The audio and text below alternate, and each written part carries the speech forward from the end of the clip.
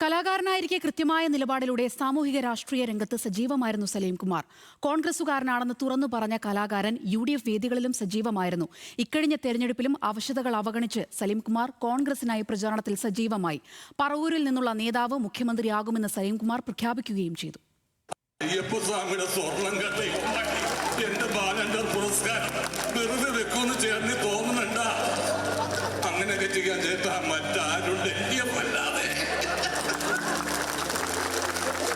രാഷ്ട്രീയ ആഭിമുഖ്യം തുറന്നു പറയാൻ കലാകാരന്മാർ മടി കാണിക്കുന്നുണ്ടെങ്കിലും സലീംകുമാർ വ്യത്യസ്തനായിരുന്നു.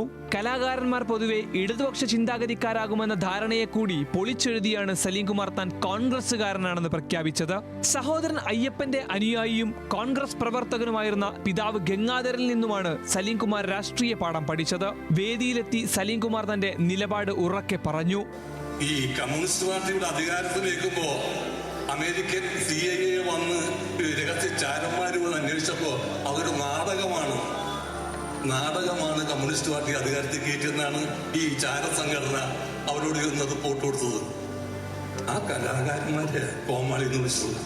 ഇക്കഴിഞ്ഞ നിയമസഭാ തെരഞ്ഞെടുപ്പിലും സലീംകുമാറിന്റെ രാഷ്ട്രീയ ഇടപെടലുകൾ ശ്രദ്ധേയമായിരുന്നു.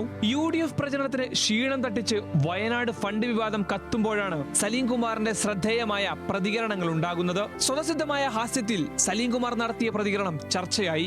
അമേരിക്കയിൽ നിന്ന് വന്നിട്ട് പറഞ്ഞു, കേരളം കണ്ടപ്പോ പയ്യൻ പറഞ്ഞു, കേരളം ഇത് എന്തൊരു മാറ്റമാണ്, അമേരിക്ക പോലും തോറ്റുപോകുമെന്ന് പറഞ്ഞു. അപ്പൊ എനിക്ക് സംശയം, ഈ പയ്യൻ ആരായിരിക്കും, എവിടെ ഉണ്ടാവും പയ്യൻ? അങ്ങനെ ഞാൻ ഈ പയ്യനെ അന്വേഷിച്ചെന്നു. എനിക്ക് പയ്യനെ കാണാൻ പറ്റി. നമ്മുടെ ഉളമ്പാറുള്ള മാനസിക ആശുപത്രിയിലായിരുന്നു. രാഷ്ട്രീയ വിമർശനത്തിൽ എതിരാളികൾ കടന്നാക്രമിച്ചതോടെ സലീംകുമാറിനും വാശിയേറി.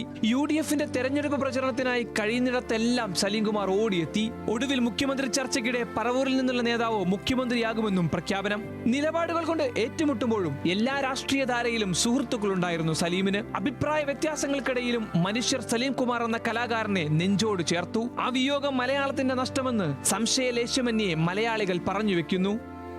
News desk, news Malayalam.